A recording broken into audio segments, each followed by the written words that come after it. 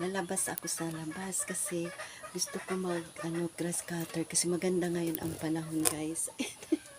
Wala akong magawa, ayan, para hindi ako maboring na naman.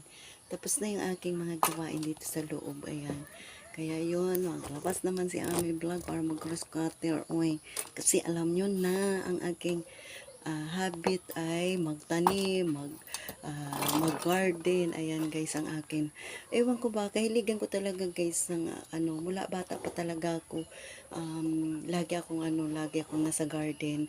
Basta kahit na saglit lang guys, mga 30 minutes to 20 minutes, ayan ang aking talaga habit mula noon talaga. Kaya yun, sana nga ang aking course na lang agriculture para na ko lahat talaga. Pero animal husbandry naman dati ang 'di ba nung high school natin, mayroon naman tayo subject niya ganyan. Kaya yun, natutunan ko for today yung mga lahat na kasipagan, lahat ng mga ating mga dyan, mga kailangan sa loob ng ating kapaligiran, malinis, magwalis, kasi maganda ang panahon ngayon. Ayan guys, ang aking vlog for today. Sana hindi kayo magsasawa sa aking vlog. Bye-bye!